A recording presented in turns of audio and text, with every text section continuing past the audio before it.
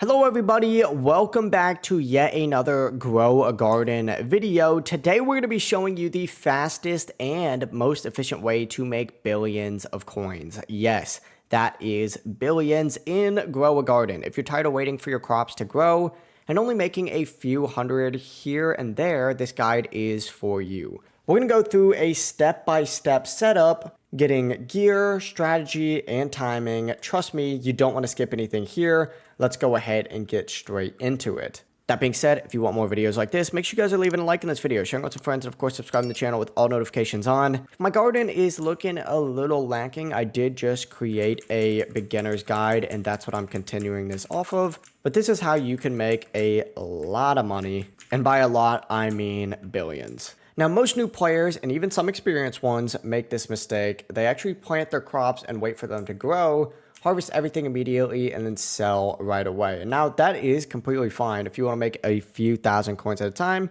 But if you want to make billions, you're going to have to go beyond the basics. We're not just growing crops here. We're building a money-making machine, and it actually starts with two things. That is sprinklers and mutations. Now, I want to start off by going over sprinklers because sprinklers increase the chance of your crops mutating. And those mutations are really what makes the crops valuable. The bigger and more mutated your fruit is, the more it's going to sell for. Here is what I personally recommend, and you can get all of this stuff over in this section.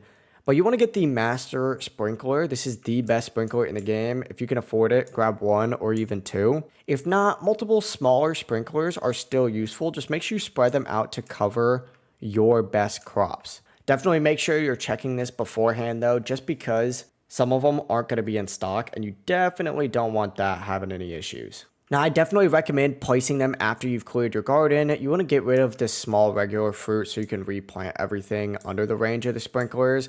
And position the sprinklers strategically, especially around high-value seeds like dragon fruit, cacti, or Venus flytraps. The more coverage you get, the higher chance of a big money situation. And that's what we're here for. Let me get these real quick. Now, another thing that I would recommend getting as soon as possible is lightning rods. Now, I will say they are optional, but I highly recommend them. And the reason why is actually because of thunderstorms. During those same thunderstorms, lightning can strike your crops, which when that happens, the fruit's going to become shocked, and that adds major multiplier to its value.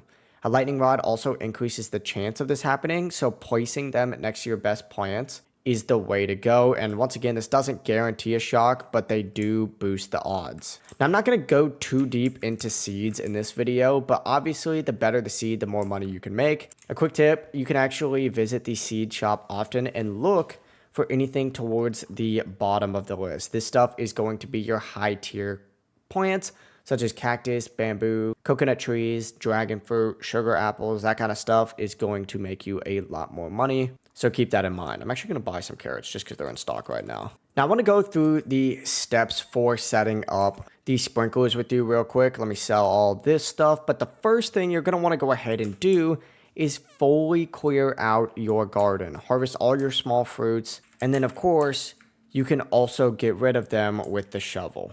Now, only do this if you can afford to get them back. You definitely don't want to lose them for good. So don't get rid of them if you can't afford to buy more stuff. From here, you just want to go ahead and set up your sprinklers, focusing more so on central placement for maximum range. Putting them in the middle of your garden is going to make you more money. And then you want to add your lightning rods to those rare seeds. Then you just got to leave them. Let them grow. Like they say in the Lorax, I guess. You want them to mutate, and you don't want to be in a rush to harvest really anything. You want these plants to get big, like really, really big before you collect them. So why exactly do you want to do that? And that's just because the game overall rewards patience. Big fruit plus multiple mutations is going to make you a lot more money than collecting them immediately. So let me give you kind of a basic example. Before I reset my garden to make beginner tutorials for y'all, I had a huge dragon fruit. It was not only big, but it was also wet from the rain.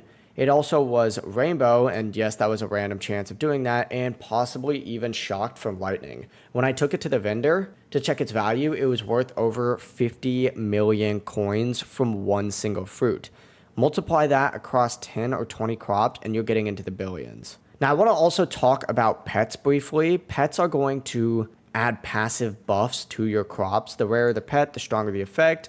For example, I used to use the dragonfly, which is one of the rarest pets in the game. Every 5 minutes, it turns one random crop into gold, which adds a major boost to the value.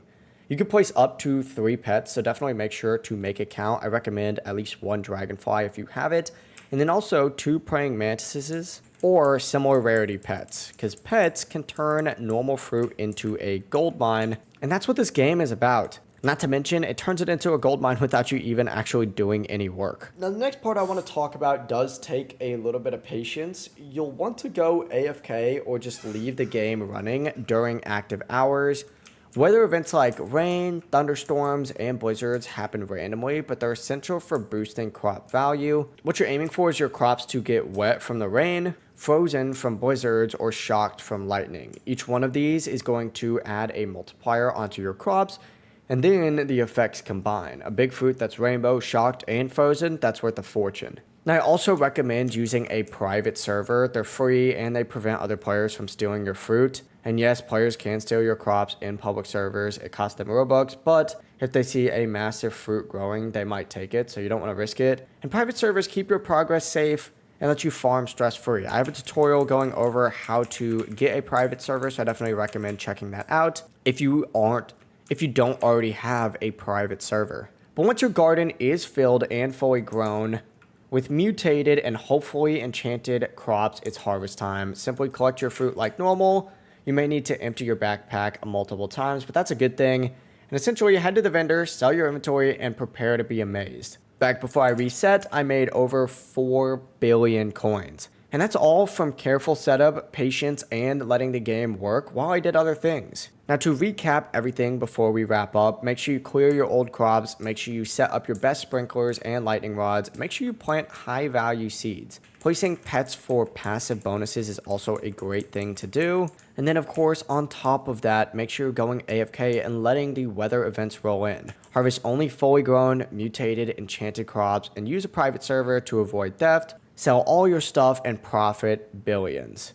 But that is it for today's guide. I hope this video helped you explode your income in Grow a Garden. If it did, make sure to leave a like, subscribe to the channel with all notifications on, and stay tuned because we have so many Grow a Garden guides coming up to help you make your fruit even bigger using some secret tricks and not just sprinklers. Thank you so much for watching. Good luck farming and have a great day.